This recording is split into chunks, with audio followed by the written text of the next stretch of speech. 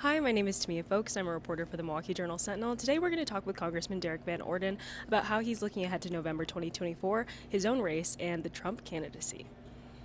Asked probably 100 times tonight. Yes. Give me your reaction to J.D. Vance. J.D. Vance was raised in abject rural poverty in the meanest circumstances you can possibly imagine in the United States of America. And he left his home as a young man.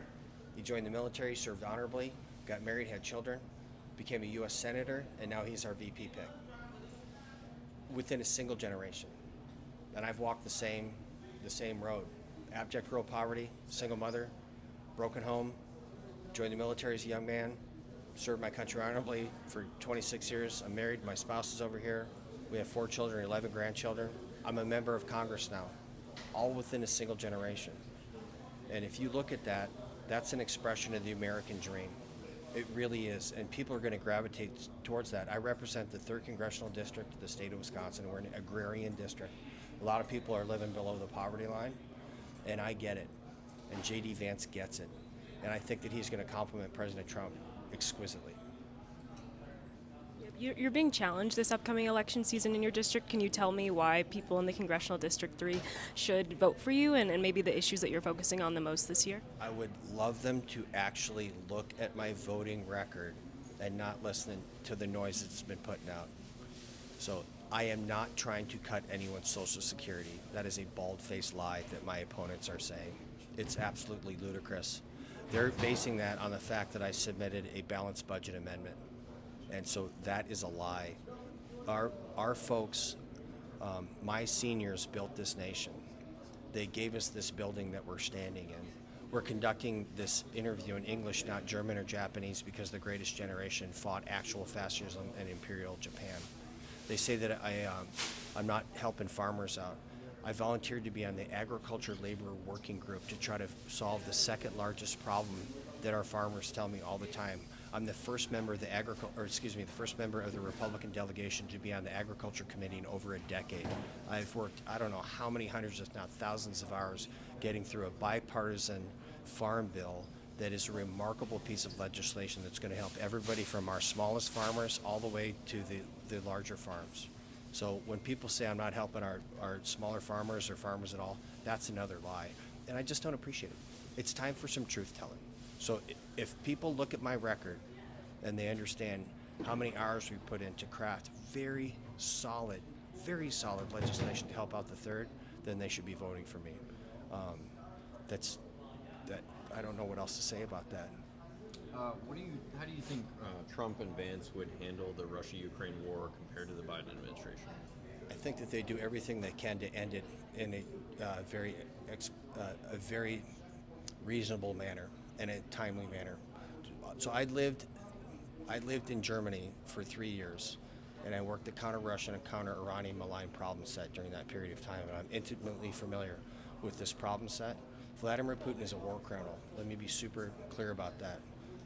We have to have some type of plan to end this war without getting involved in World War III, which keeps me up at night. We're closer to World War III than we've been in my entire lifetime. That's because of the strategic weakness that has been projected by the Biden administration, and that is not up for discussion. So when President Trump is elected, you'll see a different tone, I'm sure, because Vladimir Putin understands that President Trump will not tolerate these types of out-of-control war crimes that are taking place in Ukraine right now that are driven by Vladimir Putin. What do you think the current state of the presidential race does for your race? I mean, a lot of races down the ballot are obviously affected by the presidential race. Yeah. Given everything that happened, how does it affect you? Well, honest to goodness, I'm not a political pundit, and I represent 750,000 people that aren't paying me to spend a lot of time trying to figure out how the presidential race is going to affect me and my ability to do my job. I'm on 3 committees and 7 subcommittees, and every minute I don't spend focusing on those. That's a very broad portfolio. Every minute I spend not focusing on those is a minute I'm not doing the job that the people sent me to Washington, D.C. for. Will I campaign with President Trump? Absolutely. Will I campaign with future Senator Hovde? Absolutely. Am I going to campaign for myself? Absolutely. Other local candidates? Absolutely. But when you sit down and do that math problem, I'm just not going to look at that. God forbid, God forbid people would try to use an incident like the president being shot in the head for political advantage. I'm just not going to do that. Does that make sense? I was curious, there are a lot of protesters outside of the convention today, outside of the perimeter. Is there anything that you would do to, I guess, call those people to your side of the party and also maybe make them feel more comfortable? There are a lot of people who have raised concerns about safety this week. Is there any insight you can offer there? First and foremost, people need to be able to express themselves freely politically. They have to. And I know everybody here knows somebody that was worried about wearing a Make America Great hat again. I know there's so many people that were afraid to express their political beliefs about being a Republican and supporting President Trump. And they felt like that they are not as important as other American citizens and that their political beliefs aren't as important as other people.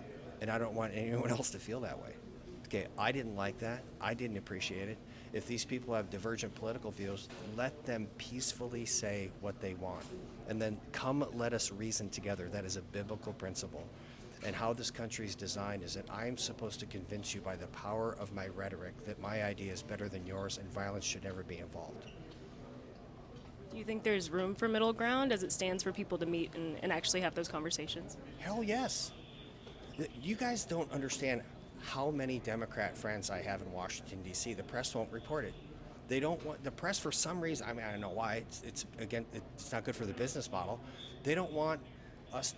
They don't want the public to know that we sit down and we talk about real serious issues, like all the time. I've spoken on the House of Representatives in favor of Val Hoyle's bill, who is a vulnerable Democrat from the state of Oregon, because it made sense.